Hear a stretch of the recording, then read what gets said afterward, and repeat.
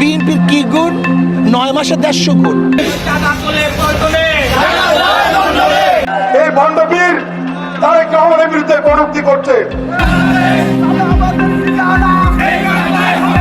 জামাত ইসলামী যদি বিচারিত করত তাহলে আমাদের নেতৃবৃন্দকে ফাঁসির কাষ্ঠে ঝুলতে হতো না।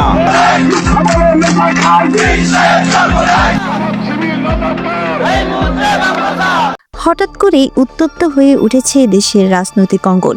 নেতাদের মুখে মুখে পাল্টাপাল্টি কটূক্তি, রাজপথে চলছে স্লোগানের লড়াই। এক পক্ষ আরেক পক্ষকে আক্রমণ করে স্লোগানে মুখর রাজপথ। এর প্রভাব পড়ছে সাধারণ মানুষের মনে।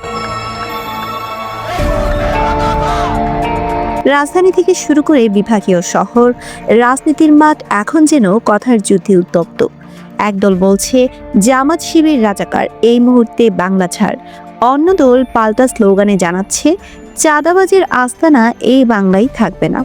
আবার এমন স্লোগানও শুনতে দেখা যাচ্ছে, মিথ্যে বলে গাঁজা খায় পীর সাহেব চরমনাই। শুধু বক্তৃতা কিংবা মিছিলেই সীমাবদ্ধ নয়, বিভিন্ন স্থানে উস্কানিমূলক বক্তব্য, সামাজিক যোগাযোগ মাধ্যমে চলছে কাদা ছোড়াছুড়ি। রাজনীতির সাথে জড়িত নেতাকর্মীরা যুদ্ধে নামলেও ভীত সাধারণ মানুষ। আগামীতে কি হতে চলেছে এ নিয়ে অনেকটাই হতাশায় দেশবাসী।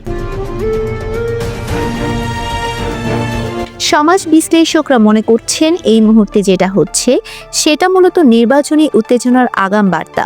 তবে নেতাদের উচিত কথার ভাষা নিয়ন্ত্রণে রাখা, কারণ সমাজে এই বক্তব্যগুলোর নেতিবাচক প্রভাব পড়বে নির্বাচনের সময়। বিএনপির কি গুণ? 9 মাসে 150 গুণ। চাঁদা তুলে মলকনে চলে যায় লন্ডন। সাধারণ মানুষ বলছেন রাজনৈতিক উত্তেজনার রেশ এসে পড়েছে জনজীবনে। বাজারে ছড়িয়ে পড়ছে গুজব, আতঙ্কে ব্যবসাও পড়েছে প্রভাবের মুখে। এভাবে চলতে থাকলে আগামীতে দেশ পড়ে যাবে বিপদের মুখে। রাজনৈতিক মতপার্থক্য থাকতেই পারে, কিন্তু ব্যক্তিগত কটূক্তি কিংবা অশালীন স্লোগান গণতান্ত্রিক চর্চাকে প্রশ্নবিদ্ধ করে। দেশের মানুষ চাই উন্নয়ন, শান্তি ও স্থিতিশীলতা, আর তা সম্ভব সকল পক্ষের দায়িত্বশীল ভূমিকায়। রাজনীতির মাঠে হোক আদর্শের লড়াই, কথার গুণে জিতুক গণতন্ত্রের সৌন্দর্য। কটূক্তি বা হিংসে নয়, প্রয়োজন সম্মান, সহনশীলতা আর জনগণের কথা শোনা। মেহতা বিন তাবাসসুম, জনতার আলো, নিউজ ডেস্ক।